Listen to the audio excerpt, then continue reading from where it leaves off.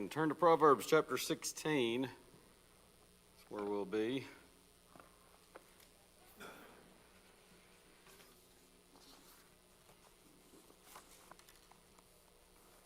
We got started last week with this second major section dealing with our speech. And so we'll pick up where we left off last week with that. I've got my verses printed out, so I don't need that. We got through chapter 15, looking at this first subsection under speech, which deals with just kind of some general thoughts on speech. And we'll get into some more specific aspects of speech in our other subsections under speech. I almost pulled that thing off.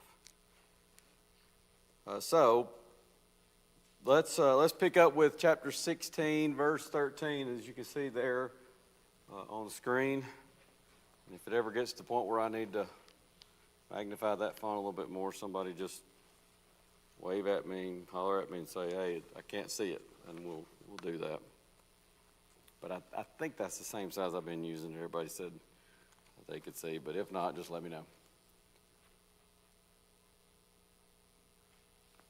All right, so chapter 16, verse 13. Man, there's some really good stuff here. We got into some of the real, as I kind of have termed it to myself at least, the meat of the study in some of our latter subsections under the general wisdom category, or self and God, as I called it. That was our first major section. This second section that we're looking at on speech, again, gets into some stuff that is just, it's just so practical. It's something that everybody can take something from it and make application. It's probably a lot of things that every single one of us could say, some of these things I'm doing okay on, some of these things I need to work on. And so that's the nature of Proverbs. There's a lot of really good stuff in here, especially in this section on speech, because we've talked about that. Just what was that, a couple Sundays ago? It's just something that is a challenge. It's always going to be a challenge. That's why James says, "The tongue can no man tame." And we talked about this recently with our little ones during a Bible time, and it was kind of funny because I said, "So what does that mean?" And they kind of didn't really say much, and I said, "Well, can you tame the tongue?" "Yes."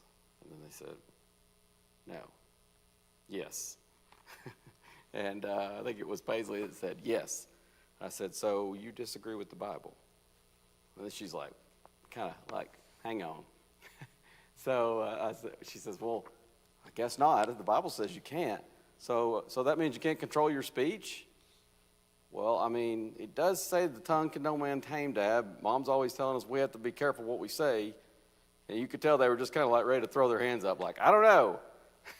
And so obviously we understand that what James is saying is not that we cannot control our speech.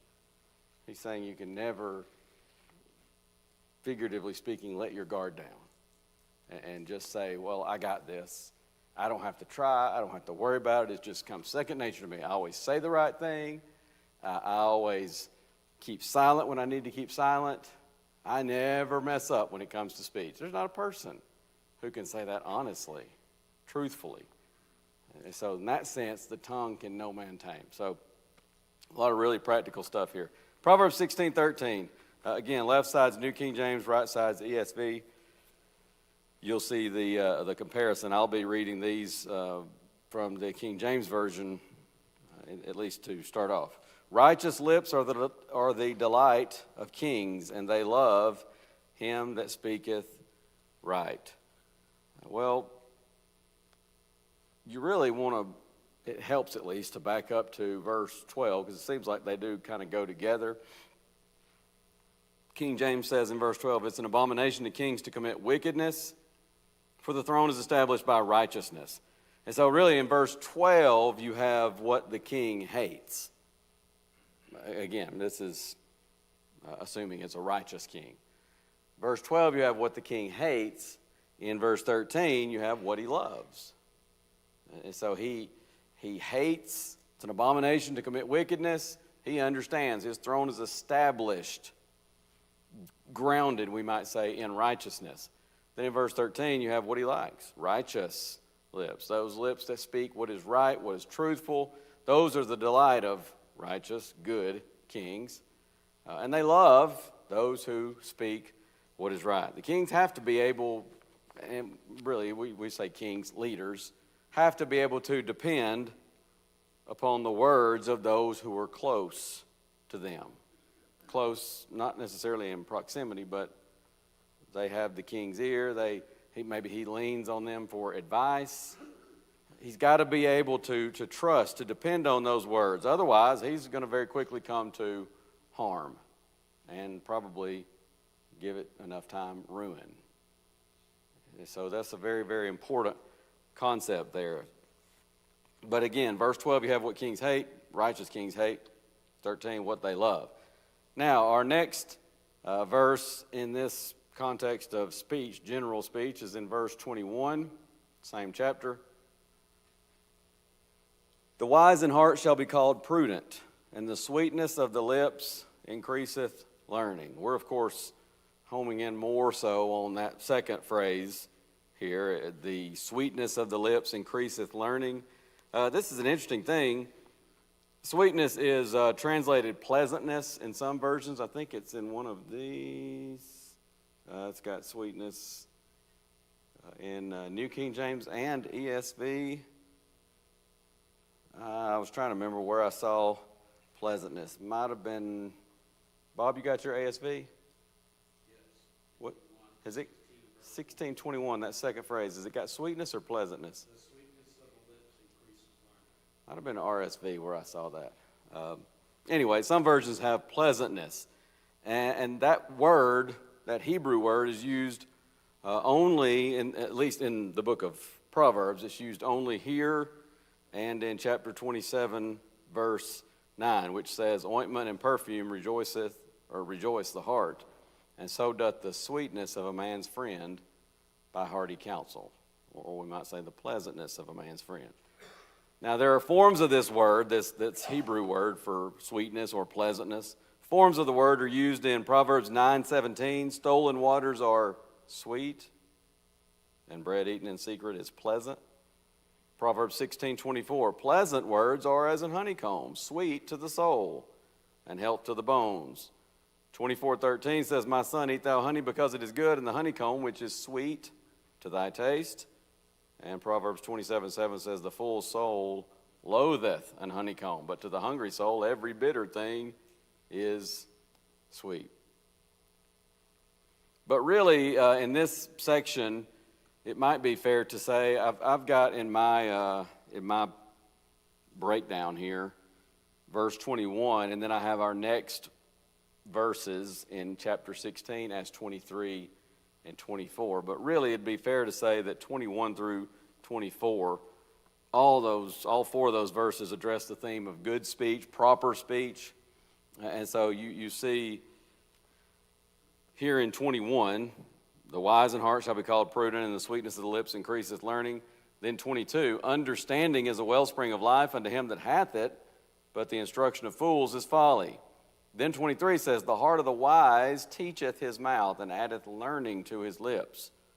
Pleasant words, verse 24 says, are as an honeycomb, sweet to the soul, and health to the bones.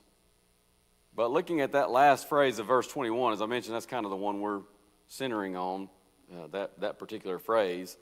It's the idea here that this person's words are so sweet or pleasant that they actually increase the appetite, so to speak, of those to whom they're speaking. Have you ever sat at the feet of a teacher who just left you wanting to know more about that subject? It could be, in a spiritual sense, a Bible class teacher, a preacher, but it could also be in the secular sense. I had a teacher in high school. I'm a I love history, and I enjoy learning about history to this day, and a lot of it goes back to Mr. Zen, who I had for 10th grade Western Civ. He was just such a tremendous teacher, and we all remember school days. There were those classes where you're constantly like looking at your watch or looking at the clock, and you're like, how's it only been 5 minutes? This class is never going to be over. And then there were those classes that it's like you turn around and the bell rings. And you're like, whoa, what? Where did the time go? And I'm told that, I cannot remember who the preacher was, one of the old-time preachers. They said that he would preach for sometimes 2 hours or more. And people just inevitably, almost unanimously, people would talk about, no, it wasn't that long. And it was the same guy that a story was told that there was another well-known preacher of that time that was a contemporary of his that traveled a great distance to listen to that preacher. And at the end of the lesson, he was commenting to someone, I traveled a long way. And this was, I'm talking like way back when you didn't have just a, simple as get in a car and go there. But I think he might have even traveled by horseback. Yeah, I traveled a long way to come hear this guy, and I'm really disappointed that he didn't give us any more than this little bit of time. And the fellow he was speaking to says, brother, check your timepiece. And he checked, and it had been 2.5 hours. And he said it was just, that brother told that on himself later on, just talking about what a tremendous preacher that one brother was. I wish I could remember who those were, but it just escapes me now. But that's the idea there at that second phrase of verse 21. Somebody just, it may not even, and look, sometimes it's the skill of the orator that does that. That you've heard people, no doubt, talk about Adolf Hitler. He captivated audiences. He was a tremendous orator. Sometimes it's the skill in speaking, but sometimes it's just the person's disposition. Maybe it's a relationship you have with them. There were times that I would sit with my granddad or my grandma. And I'm sure that probably if maybe a stranger walked by or sat there, they might have felt like, this old person is just droning on and on and on. But to me, my cousins, my sister, we would just sit there. We could listen for hours. And sometimes we'd be down at Grandma's house, especially after my granddad died. We stayed with her a lot because she got married at like 15 years of age and been married 70 years, I think, to my granddad. And then he passed away, and she didn't know what to do. She couldn't hardly stand to be by herself. So sometimes we'd go down there and spend the night with her, and she'd be just telling us stories. And sometimes it was something funny. Sometimes it was something more meaningful, deeper type discussion. But we could just listen forever. Sometimes she'd say, it's 10:30. Y'all have school tomorrow. We got to get to the bed. Get y'all into bed. And we'd just be like, no, we don't want to stop. We're all familiar with that. And that's the idea there in that last phrase of verse 21. Someone whose words are so pleasant, so sweet, that they just kind of leave you wanting more. And it actually increases learning. And so that certainly is something that is a very real thing. They're not flattering. They're not tricking the listener or anything like that. They're just seeking to make learning pleasant. And sometimes they're not even necessarily seeking to make learning pleasant. They're just being themselves. They have a disposition that is conducive to learning. And man, it's such a blessing to be able to sit at the feet of somebody like that. I have a kind of a cross-reference here, or compare. I was thinking about our phrase, really kind of the four of these verses combined. The sweetness of the lips increases learning. Then, what was the other one? 23, the heart of the wise teaches his mouth, adds learning to his lips. 24, pleasant words are like a honeycomb. And I was thinking about all those verses kind of together, and I wrote down the phrase that we often use: you catch more flies with honey than with vinegar. The idea of having speech that makes people more apt to listen. And sometimes it may be that two speakers or two people are saying the same truth, but sometimes it's in the words used. And I'm not talking eloquence. I'm talking how we put those words together. Maybe you listen to somebody I've listened. I was thinking of one in particular. It was not a member of the body of Christ, and for that I'm thankful, but it was a preacher that I heard one time. I wasn't in person. I can't remember if it was audio or video or whatever, but I mean, dude sounded like he wanted to attack everybody in the audience. Like he just hated everybody in the audience. And it was just kind of this, I mean, there's a time to rebuke, and there's a time when, things, you have to say things that are not always pleasant to hear. And of course, we'll talk about that as we talk about speech. But I mean, it sounded like he just genuinely didn't like anybody. And that's just kind of how it came across. Well, that's not typically going to be as conducive to helping somebody learn as words that are more measured and not just screaming. I mean, that was another thing. The guy was just screaming. And I've mentioned before, I feel like it may have even been in this class, that when I was in preaching school, there was a brother in Christ that had a debate with a denominational preacher, and one of my instructors was kind of commenting on it the next day in class because he had gone one night of the debate, and he said that the brother who was, he knew him and maybe even had taught him, he said, man, he did a tremendous job as far as saying what the Bible said. But he said, I don't know if it's because he was nervous or what, but he sounded almost like he was shouting at the audience the whole time. And he said, I fear he lost. I fear he lost the audience, even though he represented the truth quite well. Yes, sir. I acknowledge that there's a negative side to what I'm about to say. But I don't know if you ever had the opportunity to listen to Brother Bird talk. But I can say that in this area, there would be several people who would drive a couple of hours to listen. And on the topic of evolution, I've never sat at the feet of anyone who was more of a subject expert than that. And you would sit there, as you had mentioned earlier, and you're listening, he's telling you about how skin pigmentation could be altered, and it's answering all these questions, and then at the end, he would say, does anyone have a question about anything? And you would think if you've been there 3 hours, people are going, no, we're good, we're at. And no, people's hands will be going up, and his wisdom. So I would add to this that being a subject expert Yes. goes a long way. Absolutely. And that is very, very true, because there are people, in fact, we were, it was right when we got married, Reagan and I, we attended at Panama Street. We were living in Millbrook, just a little north of Montgomery.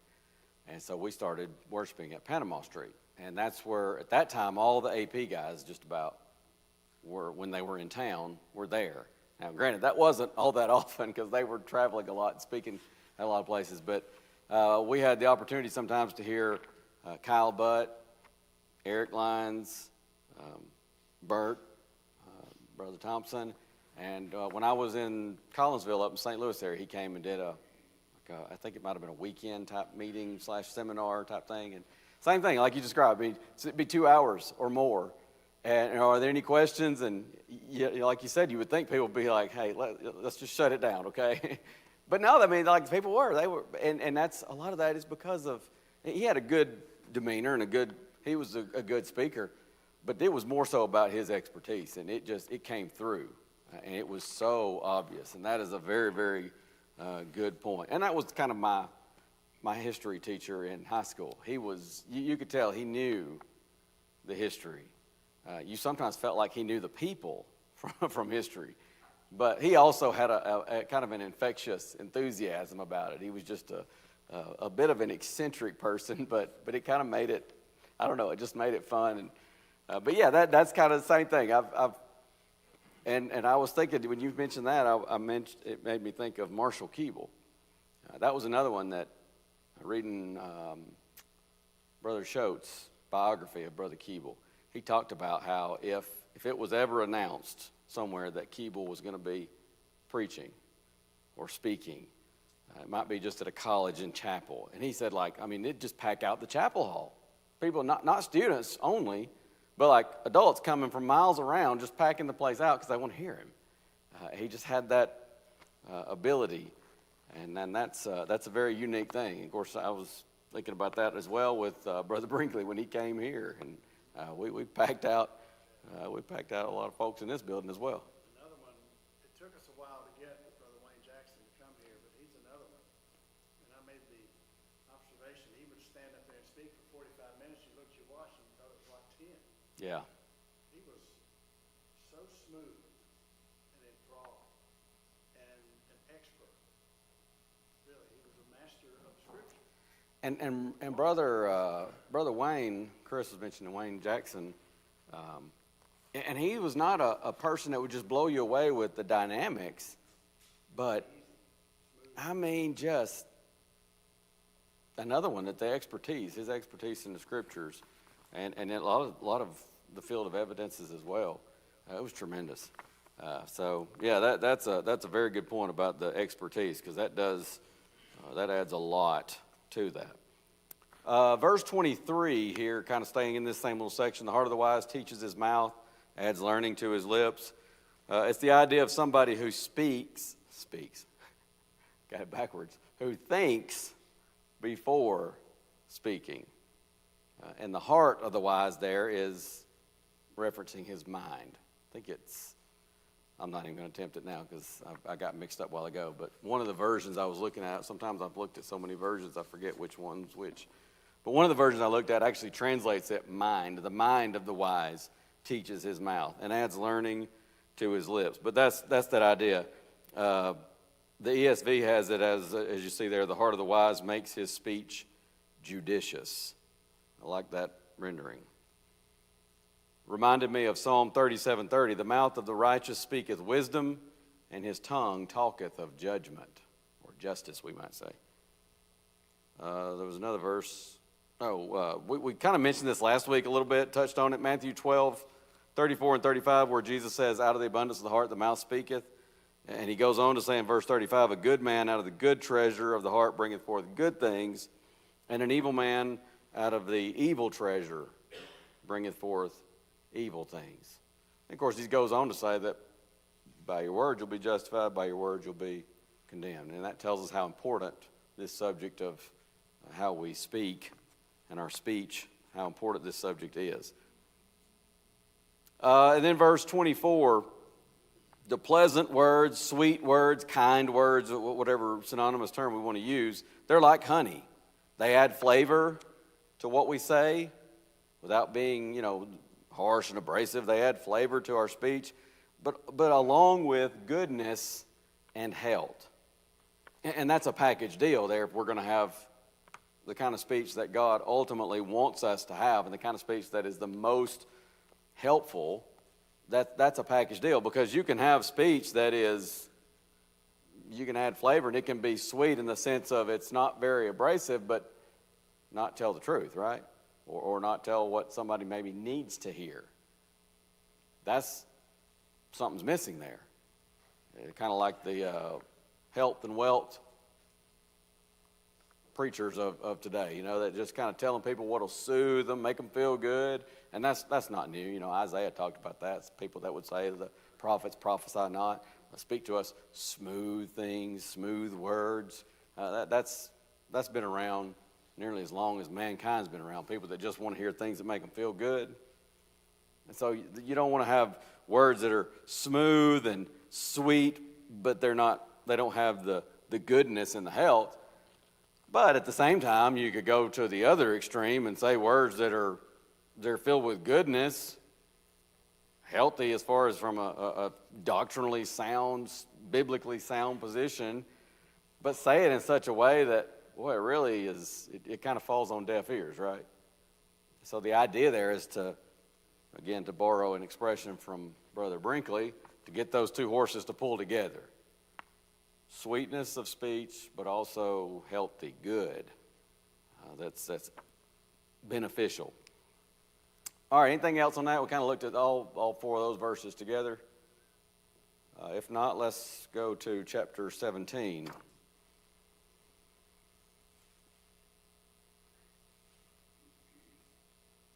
Let's see. 17:20. He that hath a froward heart findeth no good. Again, we're focusing on the last phrase in this particular proverb. And he that hath a perverse tongue falleth into mischief. This is just another illustration of the old timeless truth. You reap what you sow. And so we might say, what you have in your heart, let me say that again. What you have in your heart and on your tongue determines what will happen to you. That's not a direct quote, but kind of paraphrasing this Robert L. Alden. It's a commentary he has on Proverbs. It's a short little commentary. That's the one I was trying to think of last week, and I couldn't think of the author's name. But it's not really, it's only about that thick. It's like a half the size of 8.5 by 11 paper. But there's some good stuff in there. I've really enjoyed reading through that and studying through that. So that's kind of, like I said, it's not an exact quote, but it's sort of a paraphrase of what he has. I like that. What you have in your heart and on your tongue determines what will happen to you. That's the basic idea here. You have a deceitful heart, you have crooked speech, or dishonest tongue, you're going to fall into calamity. Because out of the abundance of the heart, the mouth speaketh. Go to chapter 18.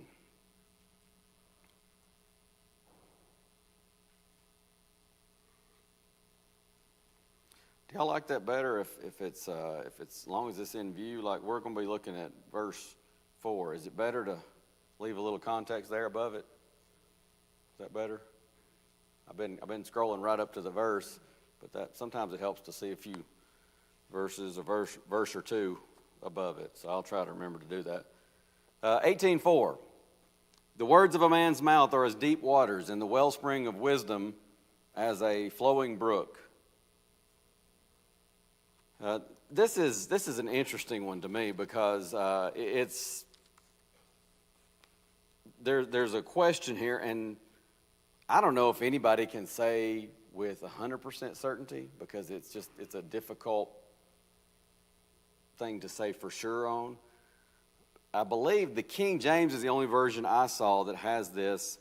The question here on this verse is it synonymous parallelism, or is it what we would call antithetical parallelism? Of the versions I looked at, only the King James has it as synonymous. And that's why you see the word "and." The words of a man's mouth are as deep waters, and the wellspring of wisdom as a flowing brook. And so if it's synonymous parallelism, it's the idea that deep thoughts are also wise thoughts, like a wellspring of a gushing stream or something like that. Some versions have a gushing stream or something similar. That's if it's synonymous parallelism. But again, only the King James that I could find has it that way. I think if anybody wants my opinion, nobody asked for it, but I'm going to go ahead and give it to you. It makes more sense to me, I think, that maybe it's antithetical. And I'll tell you why, because if it's antithetical, here's what it seems like it's saying. Man's thoughts are like as the King James has it, just lost my place on my sheet here, deep waters. In the sense of waters that are not moving. Think in terms of, he mentions, Alden in his commentary mentions a well. But think more in terms of, because usually, Jimmy, you help me out with this, but usually a well is tapping into some running water, right, underground. So I don't think that's the best. But what he's thinking of here, what the Proverbs writer is indicating, is still water. So I would say think more in terms of a cistern or something like that.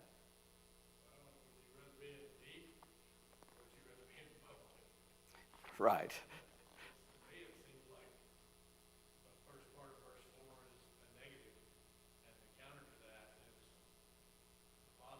I think so, and I think that's why I say I think the antithetical makes the most sense. These are opposing thoughts, and if so, man's thoughts are like the standing water. And what inevitably happens to standing water? It gets stagnant. What does somebody else say? Stagnant. Stagnant. Man's thoughts are like standing water that easily becomes stagnant, while wisdom is a stream. It's the moving water, flowing water. And you may recall from, I learned this down at the Biblical History Center, did some research on it, and sure enough, the Jews tended to refer to water that was moving as living water, because it was fresh. If it's from a spring, if it's a brook, a river, something like that, that tends to be fresher water than water that's just sitting still. And even in terms of a well, you dig down to some underground stream, or it's moving, it's fresh. That seems to me to make the most sense here. Again, I don't know if anybody can say with 100% certainty, but as Johnny pointed out, it just kind of seems like it just kind of seems to flow more from a common sense standpoint. So this would suggest, yes, sir? Sometimes the phrase is used like your parents say, kid, you're in trouble. You're going to tread off into deep water. Yeah. You're in trouble. And I think that's what I was talking about. That's a dangerous place to be. And that may be kind of the reference there. I heard that once or twice. You're in deep water. So yeah, that could be. But again, that idea of as Johnny kind of said, the first phrase being sort of the negative, second phrase being the positive. And if so, that suggests drawing from the flowing, living waters of wisdom versus the stale cistern or the deep water of one's own mind. Which kind of reminds us of another proverb. Trust in the Lord with all thine heart, and what?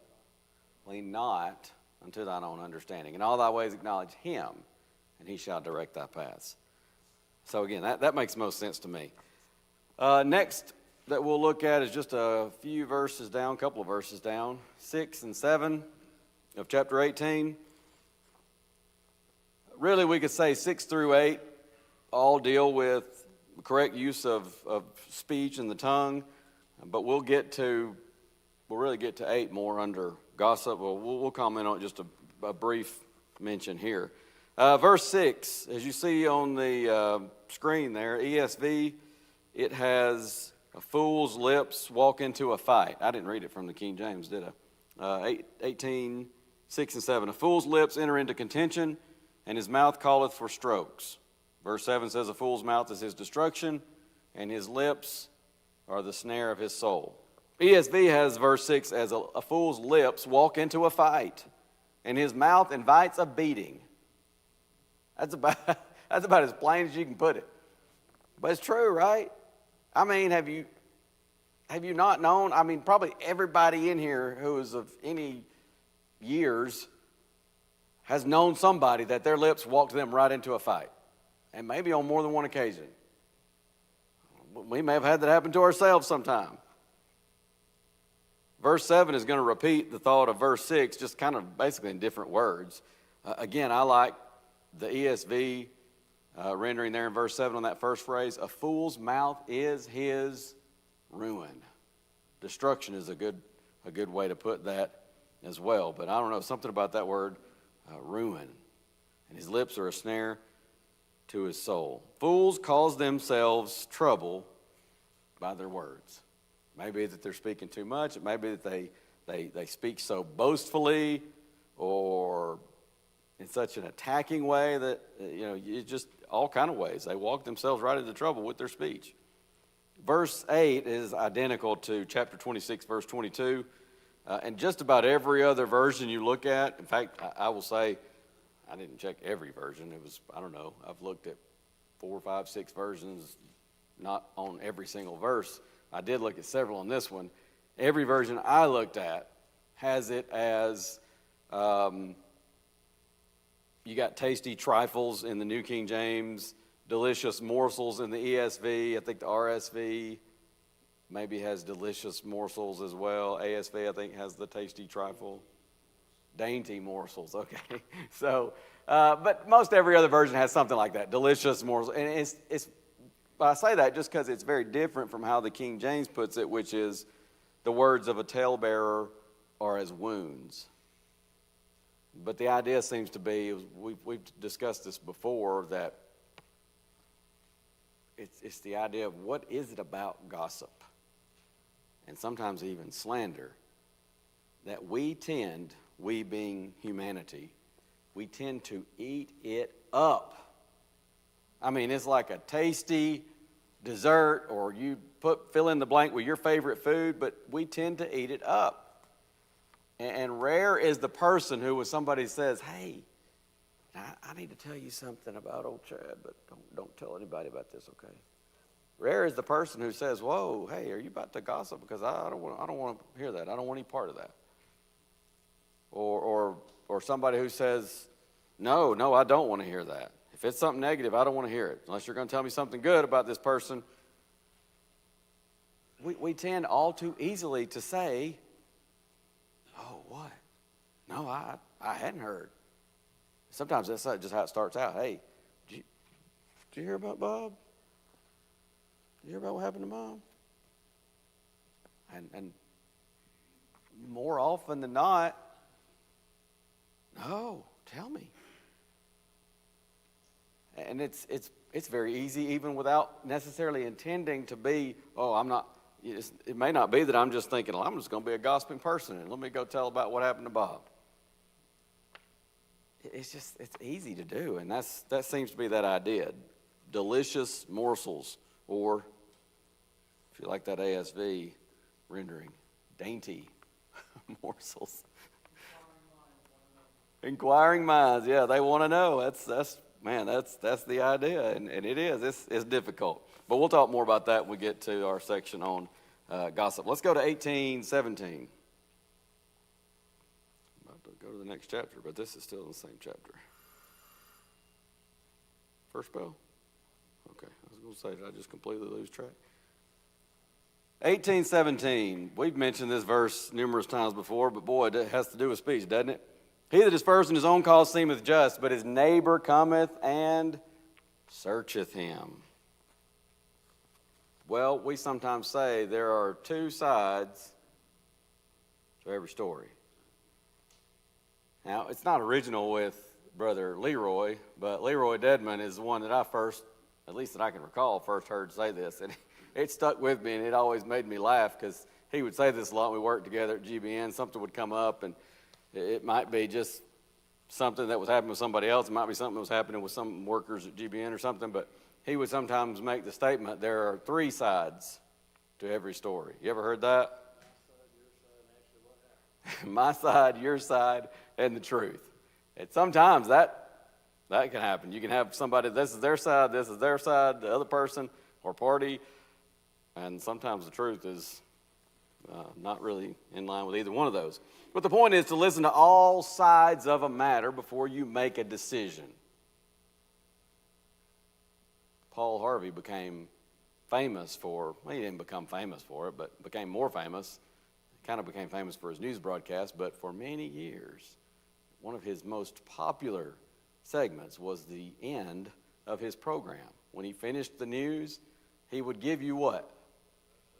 the rest of the story. And man, those were popular. I got a book in my library. I think it's like volume 2 or 3. I don't know where I got that, and I don't know where the rest of the volumes are. I think I got it from my dad's house, so there's no telling. It's probably down in the basement somewhere. But it's called More of the Rest of the Story. And man, there's some great stuff in there. A lot of times he'd start off and tell you something, and you're thinking one way, right? And then it turned out very differently from how you expected. Let me give you a really good, at least interesting, real-life example of this. Corey Whitley was telling me this, I don't know, it's been several months ago, but it just came to my mind when I was thinking about this. Have you ever read, or maybe you got an email back in the day when all the email forwards would go around, and heard about Van Halen and their M&M clause in their contracts? Y'all ever heard about that? Oh, man, and people would just vilify them in the media and talk about these prima donnas. I mean, they had it actually in their contract. They had to have a bowl of M&Ms backstage. But it wasn't just that. It got worse. Because what was so particular about that? No brown M&Ms. Absolutely no brown M&Ms. And it's in the contract. If there was a single brown M&M found in that bowl, they were subject to cancel the contract immediately at cost to the venue or the promoter or whoever, but no cost to them. And to their discredit, they would typically respond also by kind of throwing a holy fit about it. But, oh, man, everybody talked about these divas. Prima donnas, what's next? And, I mean, just really crucify them over that. But do you know what that really was? What that was about? It was about safety. Because, in fact, David Lee Roth talks about this in his autobiography. I went and did some research on it. They had a very complex show. They were one of the early bands to have a very, they put on a show. He tells this, he said, we came rolling in with 9 18-wheelers loaded down with gear. Now this might not seem like too much today because, people have even taken it to a whole nother level now. 9 18-wheeler trailers in a day when people did about 3 max. They come rolling in with 9. He says the M&M rider, as he calls it, was a test. There was a section in that contract, and they actually found on one website a little picture of it. It's under munchies. And they want like Dannon yogurt, all the just weird stuff. But it's on there, no M&Ms. It was a test to see if they read it. Here's what David Lee Roth said in his biography. If I saw a brown M&M in that bowl, well, line check the entire production. Guaranteed you're going to arrive at a technical error. They didn't read the contract. Guaranteed you'd run into a problem. Sometimes it would threaten to just destroy the whole show, something like literally life-threatening. It was a test. Because if they had the brown M&Ms, that shows they either didn't read the contract or they didn't care. And either way, that's a danger to the band and to potentially the audience. He that is first in his cause seems right, but sometimes when you get the rest of the story, that fills in the gaps. All right, let's stop there. We'll pick up with our next verses on speech, Lord willing, next week.